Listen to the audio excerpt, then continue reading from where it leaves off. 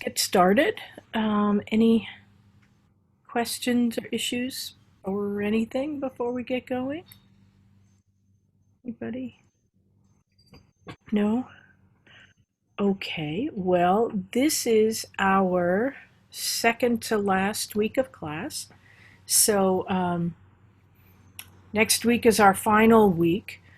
And so next week, all week, the exam will be open. So I'll go over what will be on the exam. Um, and our final assignment will also do, um, and that will be working on images in Lightroom.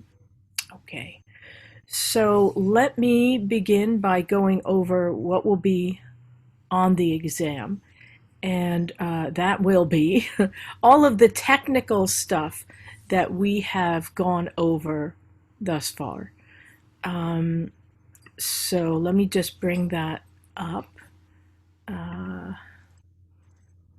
So all of the notes in Canvas, all of the class notes that are at the bottom of each module, pretty much cover what the exam will be.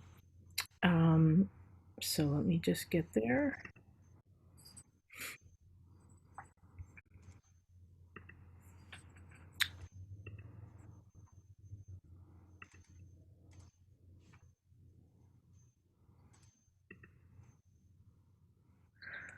Okay, so here we are in Canvas.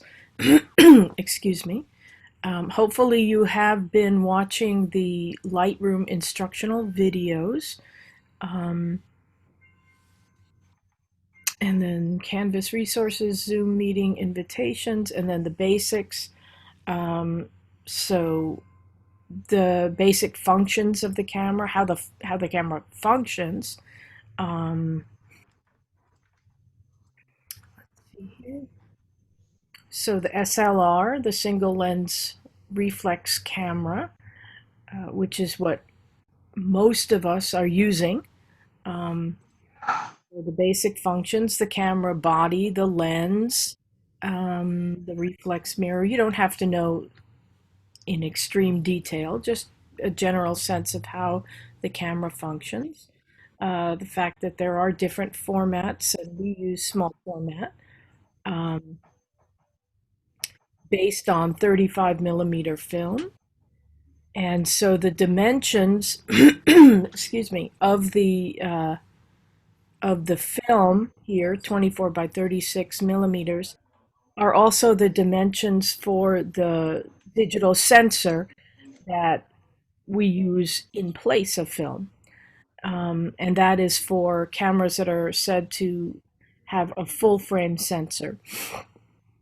Those cameras look like this, but the sensor that they have is larger. Most of us have cameras that have somewhat smaller sensors, mostly, I would say, because they're cheaper. The full frame sensor cameras cost a lot more. So 35 millimeter film, medium format, types of cameras, You and know, Leslie, what's that? What? I'm seeing people selling just these key switches for $1.79 each. There's Leslie, 100 keys in here. That's like almost $200. I'm muting you, Leslie. Okay. Uh, okay, so different format cameras, and that's it for those notes. And then down here, you guys can see this, yes? In in Canvas, what I'm looking at. Can you see that I'm bringing up the class notes? Anybody? Thank you. All right. So then ISO and actually I think we went over lenses next, but that's okay. The ISO rating also called ASA rating, and film speed, tells us how sensitive the film or sensor is to light. With film, that refers to how much silver is embedded in the film or on the film. With digital photography, it's how much power is put through the sensor. But the rating system has been carried over from film technology to digital photography, and the lower the number, the less sensitive the sensor is to light, meaning the more light is required to make an exposure. And the higher the number, the more sensitive the sensor is to light, meaning less light is required. The numbers double as they go up and are cut in half as they go down, and that refers specifically to the sensitivity to light. So if you change the ISO rating from 100 to 200, 200 is twice 100, and 200 is twice as sensitive to light as 100 ASA. And that holds true per stop or per setting. As you go back down, the numbers are cut in half. So 800 ISO is half as sensitive, is half of 1600, and is half as sensitive to light as 1600. Excuse me, one moment. Sorry. Um, as the numbers go up, the light requirement goes down. As the numbers go down, the light requirement goes up.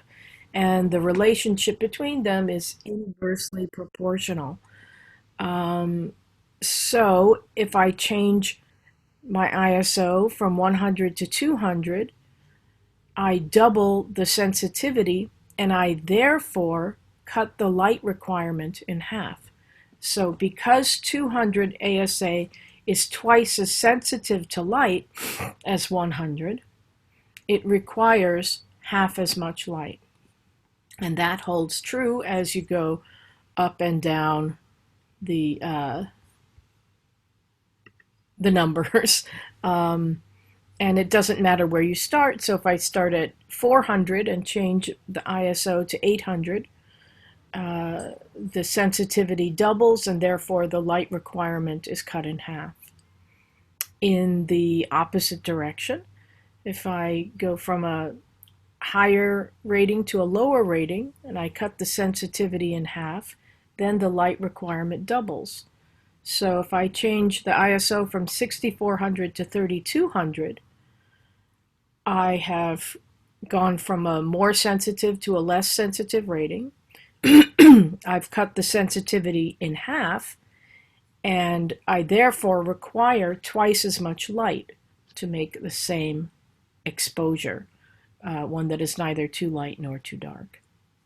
And that also holds true per setting. Okay, so that is ISO or ASA.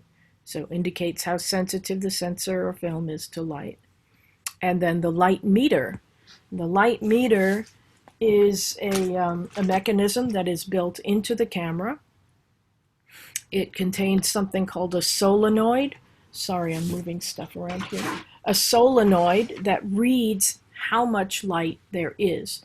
So the light meter tells you whether or not you are exposing correctly. And it bases that meter reading on two pieces of information: how much light there is and the ISO or ASA rating.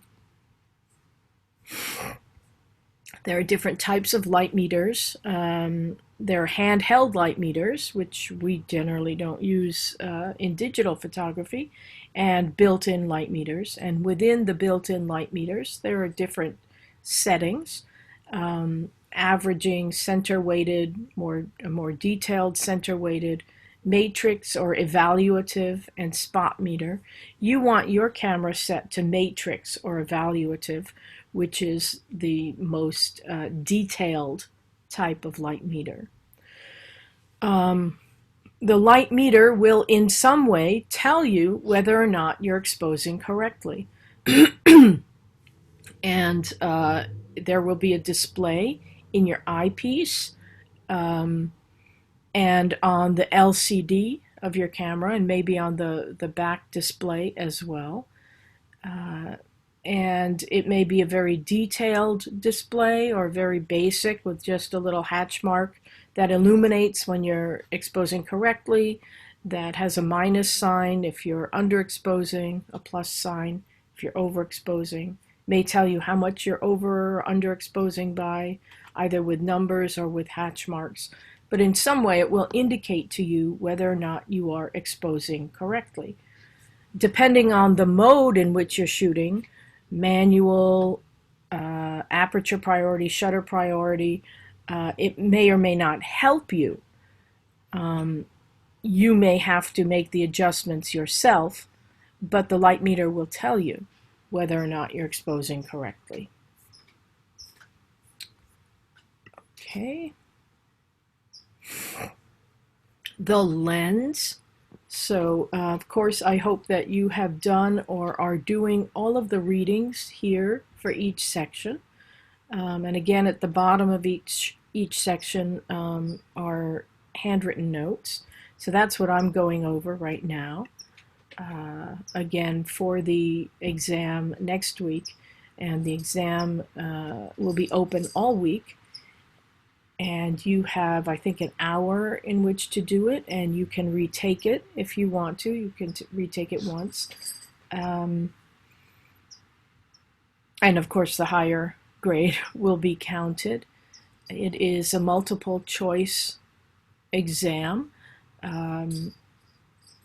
It's technically not open book. Do I know if you have your books open in front of you? No, obviously I do not. Though you, of course, have to know enough to know where to look for the information, so I'm not too concerned. Anyway, and again, the exam covers all of the technical stuff that we've gone over the course of these few weeks. So, the lens.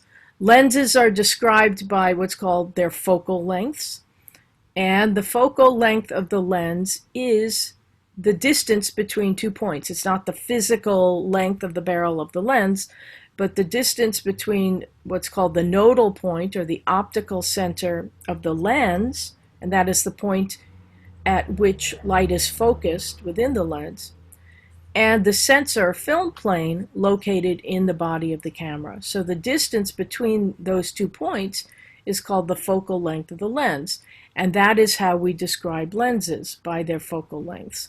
So if somebody comes up to me and asks me what lens I have, I'll say I have a 50 millimeter lens, or I have an 18 to 140 millimeter lens. So the lenses are described in the metric system in millimeters rather than in the English or imperial system of inches. And that's the same information. And then we discussed the different types of lenses. So lenses fall into 3 main categories with 1 subcategory.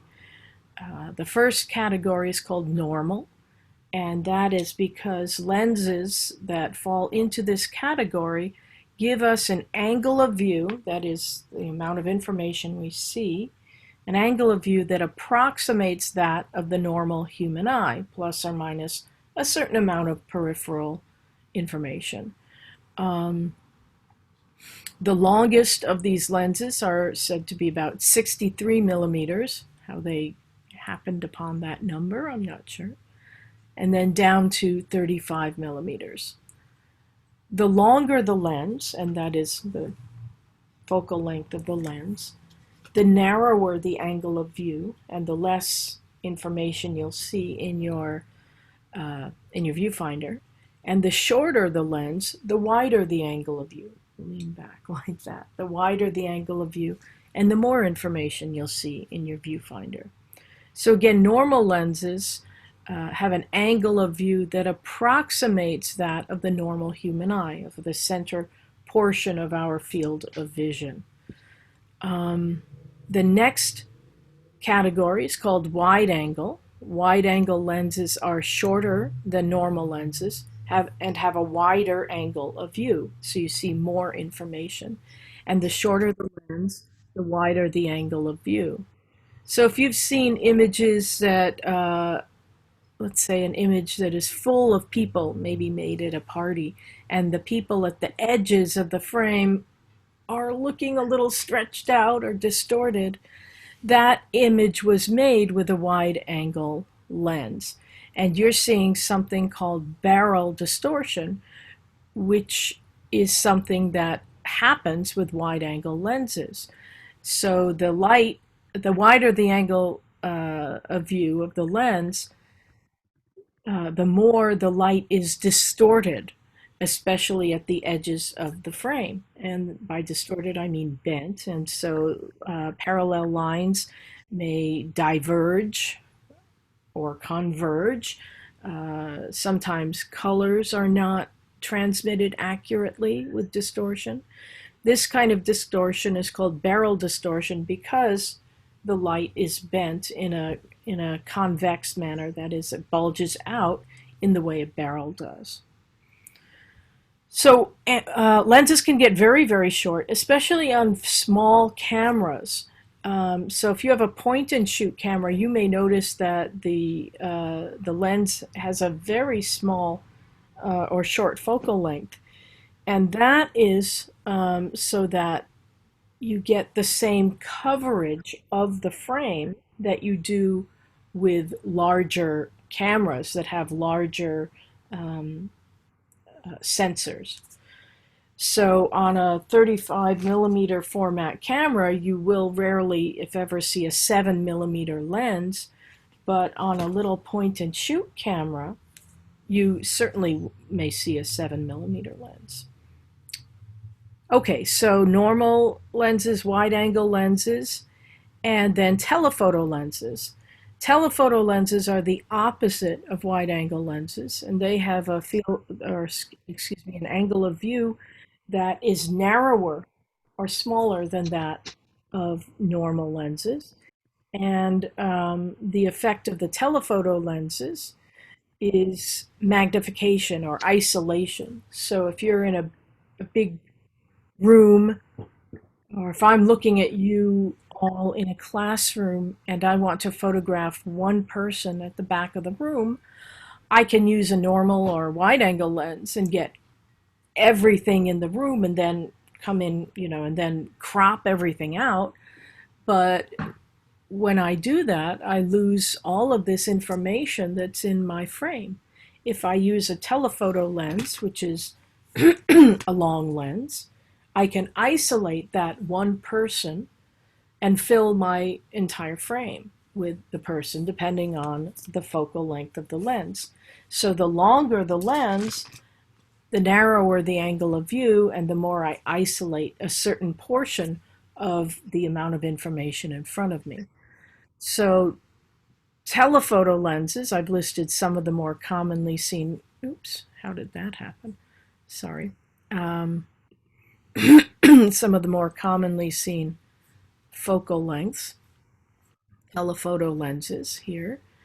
And the lenses do physically get longer and longer. So with very long lenses, such as the ones that you see at sporting events, many of those lenses require their own support, their own tripod or their own monopod.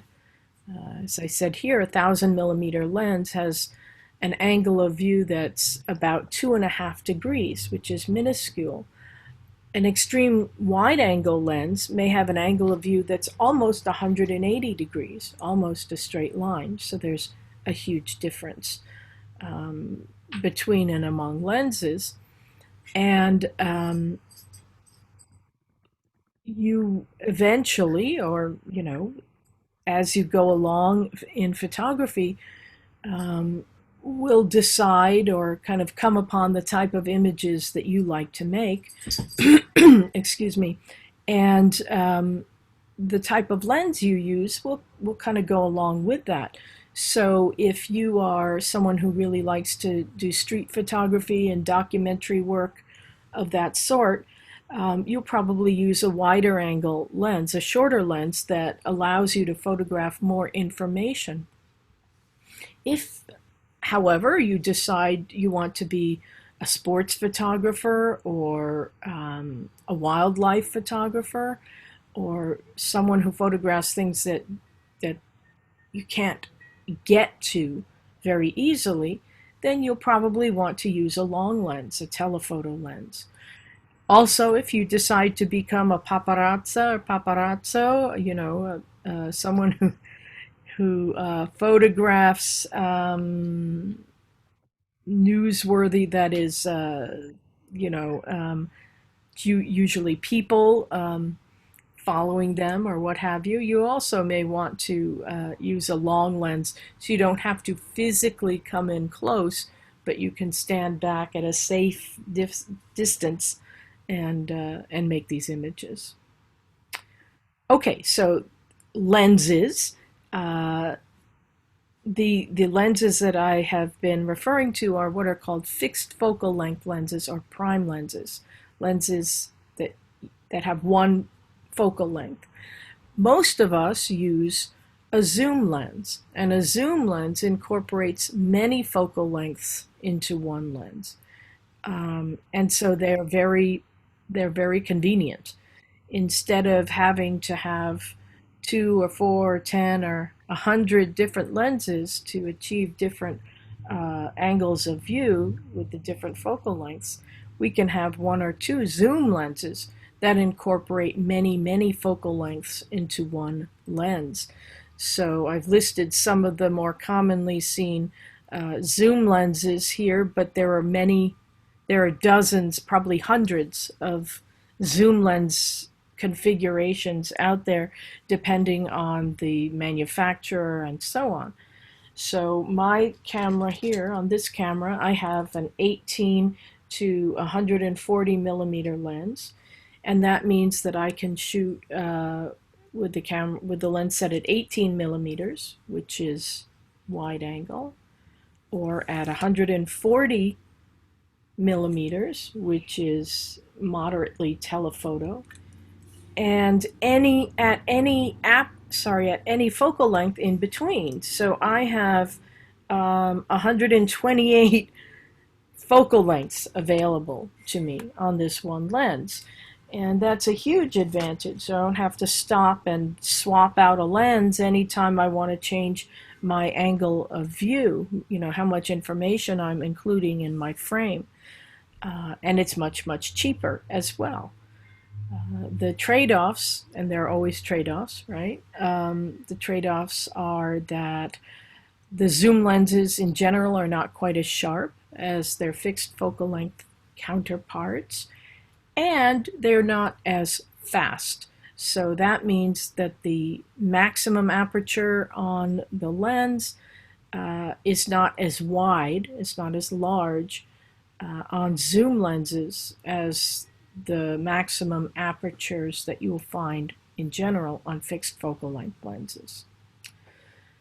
But the lens is an incredibly important part of the camera. It, in the end, is what determines the sharpness of your image, and it gives you the angle of view that you need. So,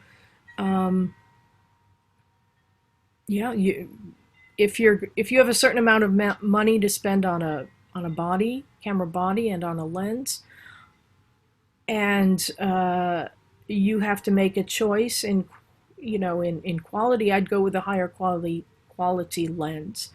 Not that you don't need a camera body to function accurately and correctly. You do, but you don't necessarily need a camera body that has all the bells and whistles of like an $8,000 camera body. But lenses are important, so they really determine the quality of the image in a different way. So that's what I would put my emphasis on. Okay, so those are lenses.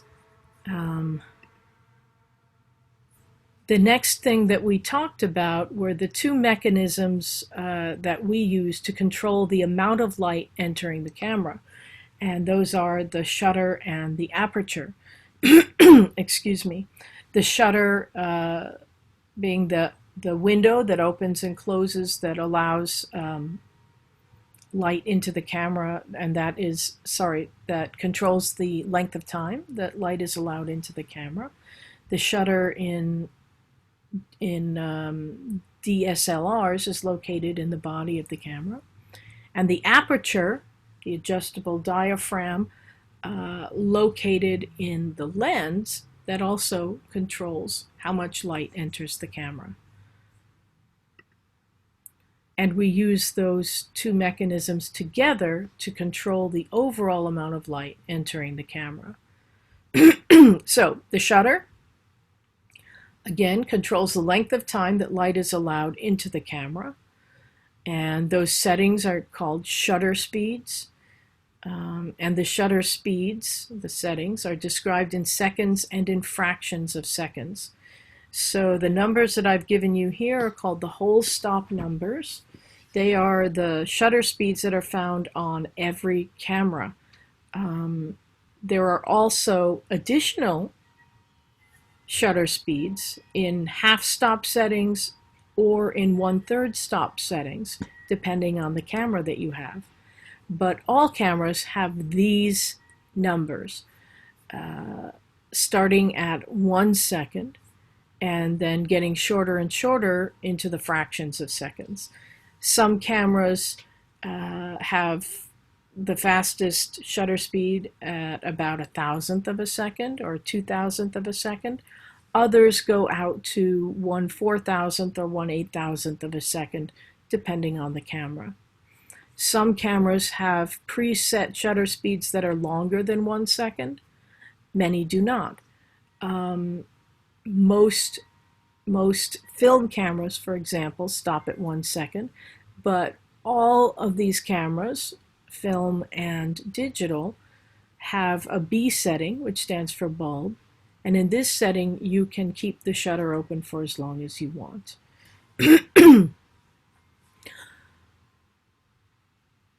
So again, these are the numbers that I want you to know for the class. We then talked about the relationships between and among these shutter speeds. So when you change the shutter speed from a slower to a faster shutter speed, you decrease the amount of light entering the camera by 1/2 per stop. So generally on your cameras, these numbers will not be written as fractions. They'll just be numbers like 2, 4, 8, 15, and they seem to be getting larger and larger. But remember that they are fractions, and so they are getting smaller, and that means that the length of time this refers to gets shorter and shorter. So, excuse me, when you change the shutter speed, you change the amount of light entering the camera. And when you change the shutter speed from a slower to a faster shutter speed, the shutter remains open for less time, and you therefore allow in less light. And you do that by a specific amount, by 1/2 per shutter speed or per stop. And so in this example, I changed the shutter speed from a 1/30th of a second to a 1/60th of a second, and then to 1/125th of a second, 1/250th, 1/500th, and so on. And each time I cut the amount of light in half. So I cut it in half. I cut it in half again, which means I've cut it to 1/4 when I stop down by 2 stops. When I stop down by 3 stops, I cut it in half again, and I've now decreased the amount of light entering the camera to 1/8 of what it had been. When I change by 4 stops, I cut the amount of light entering the camera to 1/16 of what it had been. And I figure that out by multiplying these numbers. So 1/2 times 1/2 is 1/4, times 1/2 is 1/8, times 1/2 is 1/16, and if I go on, times 1/2 is 1/32, times 1/2 is 1/64, and so on. So each time I stop down, I cut the amount of light in half. Excuse me, and it doesn't matter where I start. It can be at a 30th of a second, at 1 second, a fourth, 1/1000th of a second. That relationship holds true. Looked at another way, if we think of the amount of light entering the camera as the whole circle, when we begin, each time we stop down, we cut the amount of light in half, and in half again, and in half again, and in half again.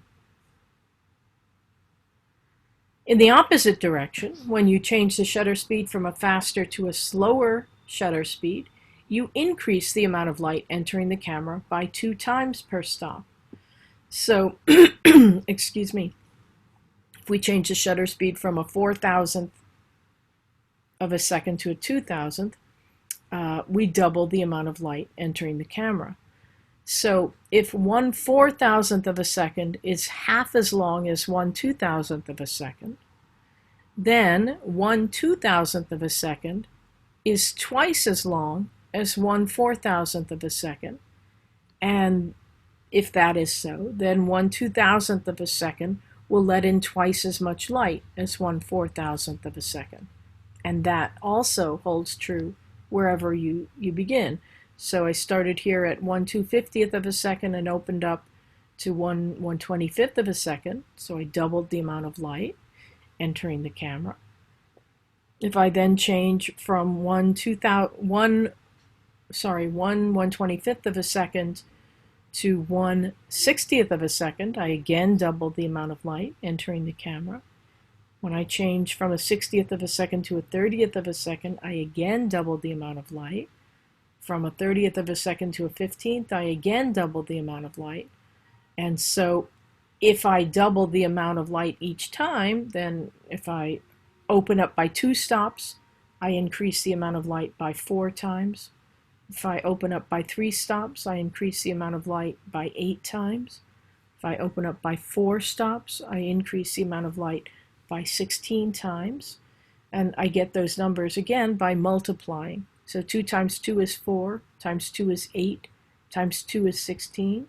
If I continue on, times 2 is 32, times 2 is 64, times 2 is 128, times 2 is 256, and so on. Oops. That is in bad shape. Okay, so I will have to replace that again. I must have forgotten to do so. So that covers the shutter speeds, and that's the first of 2 mechanisms that we use to control the amount of light entering the camera. The second is the aperture located in the lens. And so the aperture, if you can read this, it's the adjustable diaphragm located in the lens that controls the intensity or the amount of light entering the camera. The aperture settings are known as f-stops, f standing for focal, but they're never called focal stops. And the f-stop is, in a way, it refers to the diameter of the aperture. And the smaller the f-stop number, the larger the diameter, the physical size of the aperture. And the larger the f-stop number, the smaller the diameter or the physical size of the aperture. So I've written these out. I started at f2. Apertures do open up beyond that, not generally with zoom lenses, but with fixed focal length lenses. And so again, the smaller the f-stop number, the larger the aperture, and the larger the f-stop number, the smaller the aperture, and you can see that they get smaller and smaller physically as the f-stop number gets larger. Okay. The maximum aperture that a lens is capable of is known as the speed